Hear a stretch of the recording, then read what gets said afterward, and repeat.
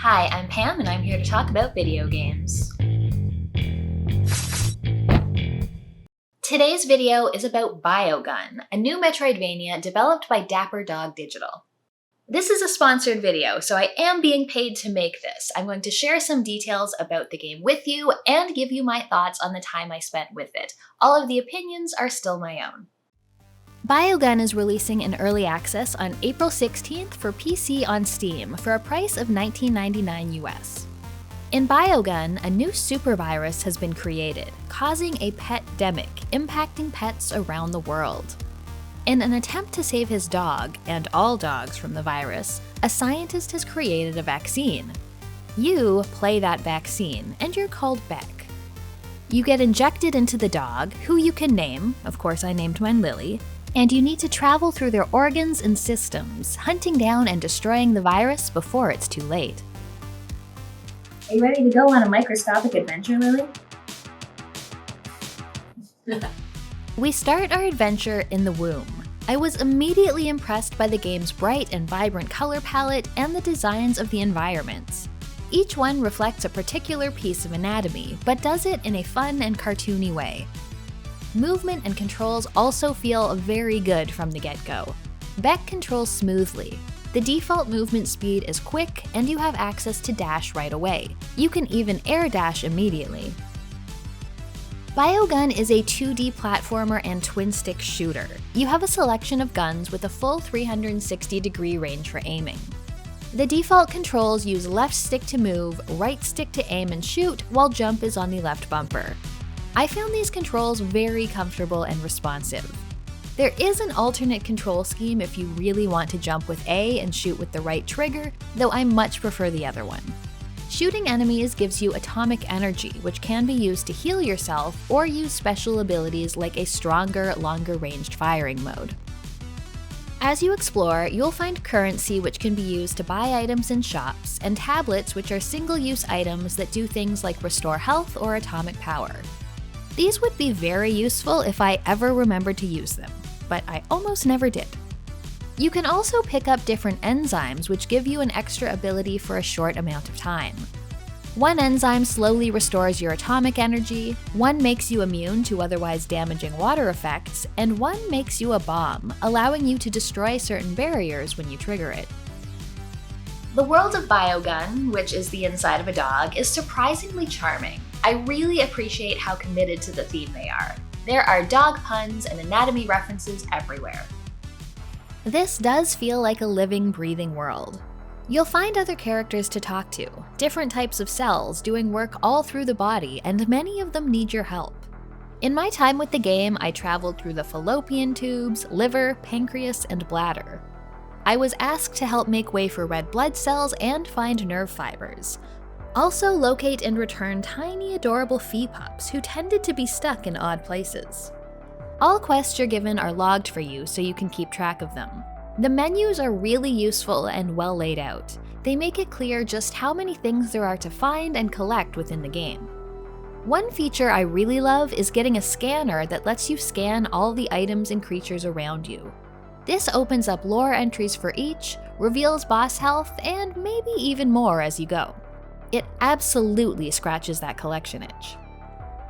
While traveling through the systems of the body, you'll find hub areas where there are lots of NPCs to talk to, as well as shops where you can buy things like chips that enhance your weapons in some way.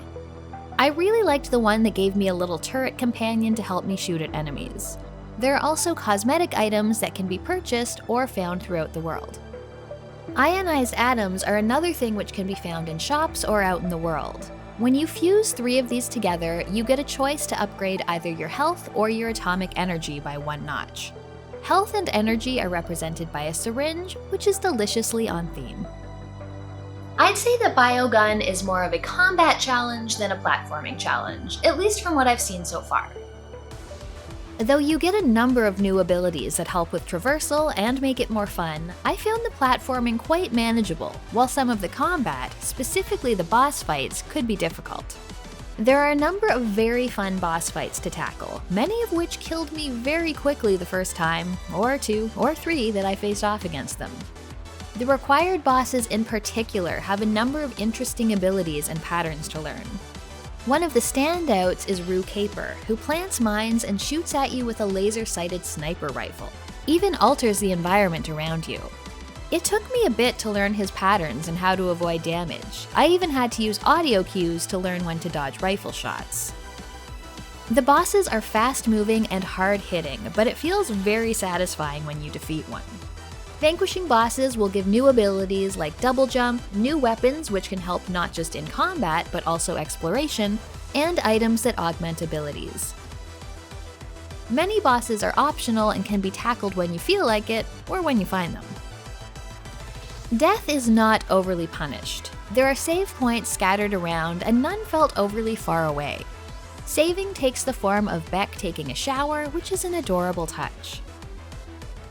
You don't lose anything on death, however, your atomic energy is temporarily stunted.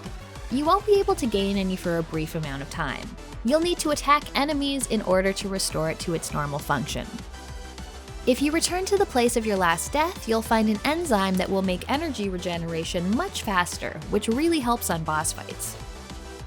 Exploration is a big part of why I love Metroidvanias, and this one is very fun to explore. Besides the world being fun to look at and the soundtrack being energetic, BioGun is full of little secrets and shortcuts. There are breakable walls which hide items and optional bosses. Large living blockades can be pushed out of the way to open up new paths behind you. By the time you get an item that will let you capture enzymes for later use, a bit of a puzzle-solving element emerges, making you think of how to access objects that seem out of reach. I really like how mapping works in the game.